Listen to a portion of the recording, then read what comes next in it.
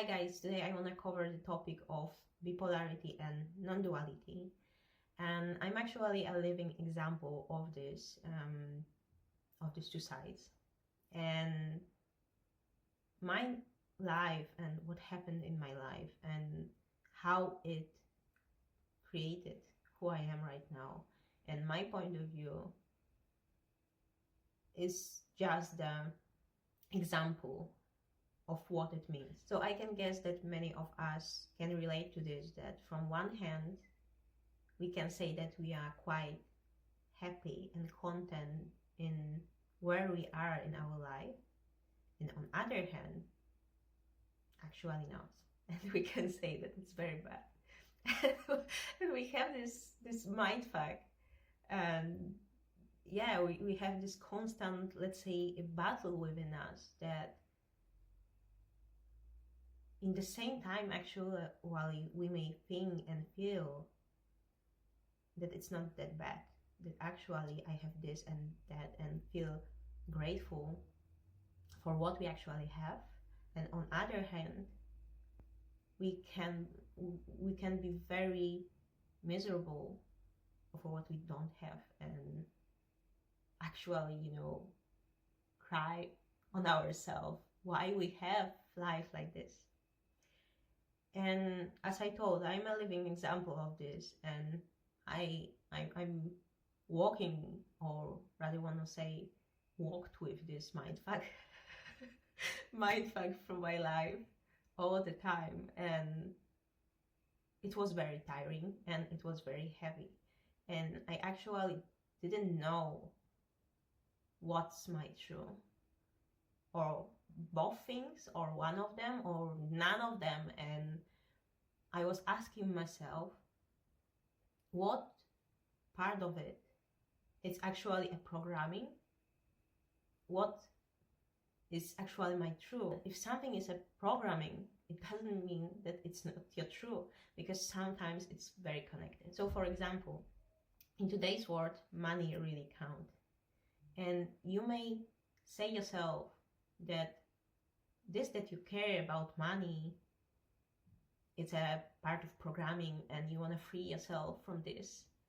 And what if actually it's not a part of programming? What if it's actually your true also, that you care about how much you have, and on especially on what you can spend this money, right? So this is the very simple example, and it's not so easy to find the true about what it's what. But anyway, we even don't need to find the answer, because the ultimate true is, if you are going through your heart, through your life by your heart, you don't need to have the answer, because your heart will show you. And that's showing how much we are in our mind, and how not enough in our hearts. And we can free ourselves of a constant thinking of who I am I doing good or bad, where I am looking on the position in collective, am I want to go bigger, further, or no? And what I'm explaining here is this polar way of seeing your life, and constantly asking yourself where you are, who you are, for what sake you are. And it's so pointless, and it's so heavy, it's so tiring, and it's giving so much weight on us. This is the one of the most important thing to free ourselves of it, because it's endless. You may constantly see the examples of you are doing not good enough, or you are doing amazing, and you are doing amazing. You may constantly live like this. It's maybe you freeing yourself from this mindset.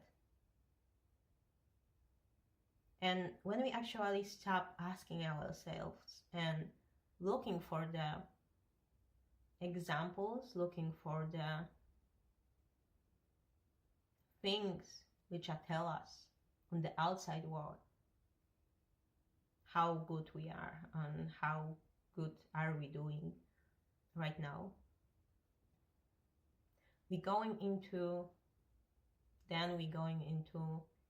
non-dual way of living and thinking. When you stop asking, you see that it's not good and it's not bad, and it never was. And I remember, like, I read something in the very past.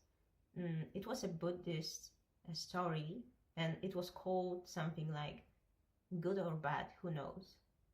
And I felt very drawn to this story, and I felt really connected with this point of view. And that's actually the essence.